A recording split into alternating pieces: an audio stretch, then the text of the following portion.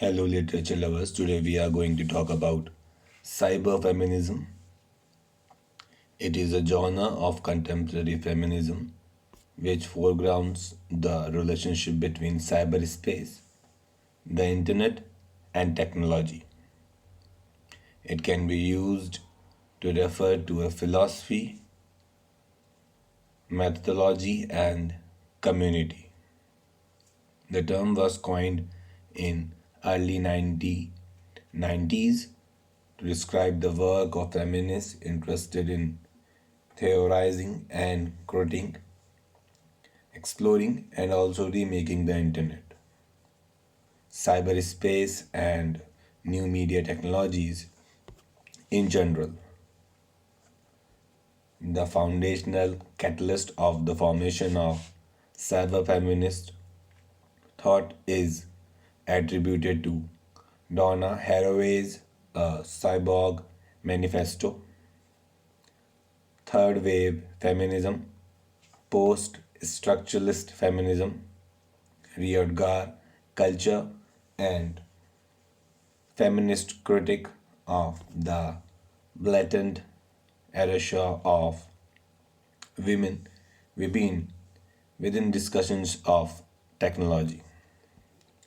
Cyberfeminism is a sort of alliance that wants to defy any sort of boundaries of identity and definition and rather be truly postmodern in its potential for radical openness. It is seen within the 1997 Old Boys Network's 100 Antithesis, which lists the 100 ways cyberfeminism is not. Cornelia Solfrank from the Old Boys Network stated that cyberfeminism is a myth. A myth is a story of unidentifiable origin or of different origins.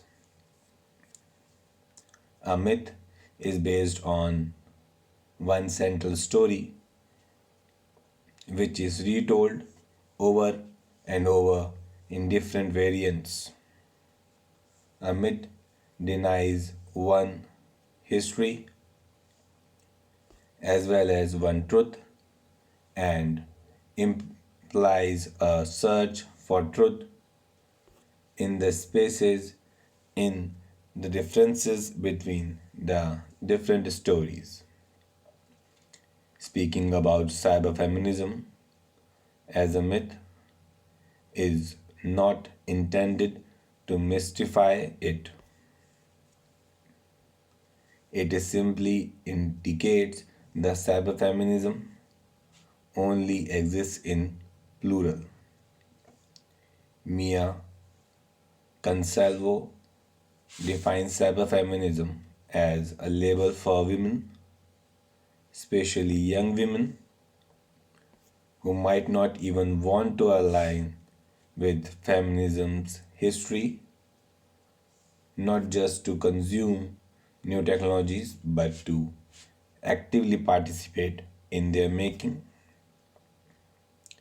A critical engagement with new technologies and their entanglement with power structures and systematic oppression. The dominant cyberfeminist perspective takes a utopian view of cyberspace and the internet as a means of freedom from social structures such as gender, sex difference, and race.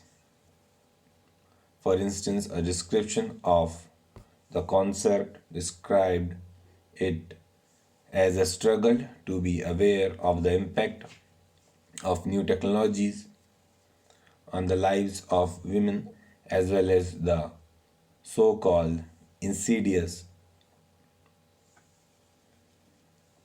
gendering of technoculture in everyday life. It also sees technology as a means to link the body with machines.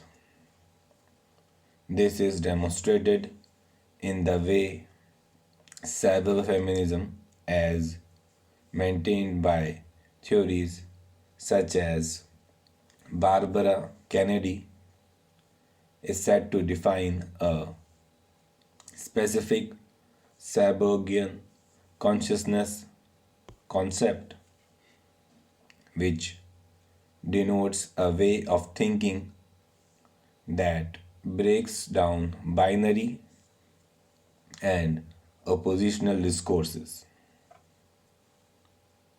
There is also the case of renegotiation of the artificial intelligence, which is considered top down masculinist into bottom up feminized version labeled as a life programming. VNS Matrix member Julian Pierce defines cyberfeminism in 1991 in a cozy Australian city called Adelaide. Four bored girls decided to have some fun with art and French feminist theory. With homage to Donna Haraway, they began to play around with the idea of cyberfeminism. Authors Hawthorne and Klein explain the different analysis of cyberfeminism in their book, just as there are liberal, socialist, radical, and postmodern feminists. So too, one finds these positions reflected in the interpretations of cyberfeminism. Cyberfeminism is not just the subject matter, but is the approach taken to examine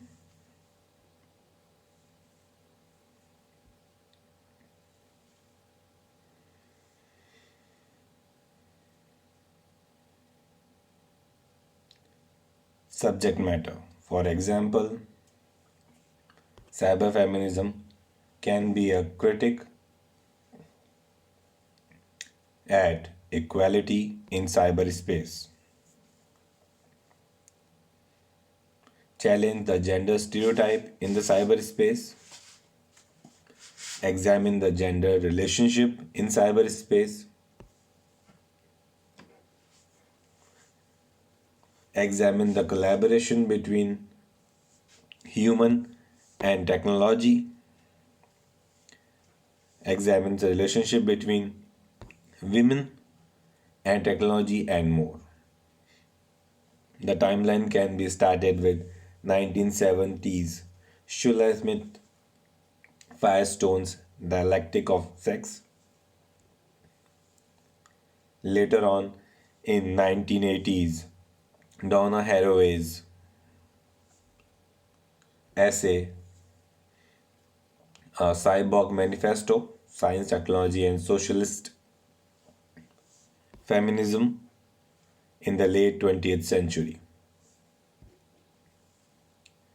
In 1990s, the term was first used around in 91 by both the English cultural theoretician Cedia Plant and Australian artist group VNS Matrix independently from each other. In Canada, 91, Nancy Patterson wrote an article entitled Cyberfeminism for Eco Nike. In Adelaide, Australia, a four-person collective called VNS Matrix wrote the Cyberfeminist Manifesto in 1991, and they used the term cyberfeminist to label their radical feminist act to insert women bodily fluids and political consciousness into electronic space. In 2000s, cyberfeminism, feminist theorists and artists incorporated, which were inspired by Gayatri Spivak and Donna Haraway, artists such as Coco Shulek and Prema Murthy also contributed. Feminist anthology Sisterhood is Forever in 2003 also talked about it. In 2010, Radhika Gajala and Yon Yuhu Cyberfeminism 2.0 argues about the 21st century's cyber feminism and so on. Started with the xenofeminism as an offshoot of cyberfeminism, continued for the latest stages.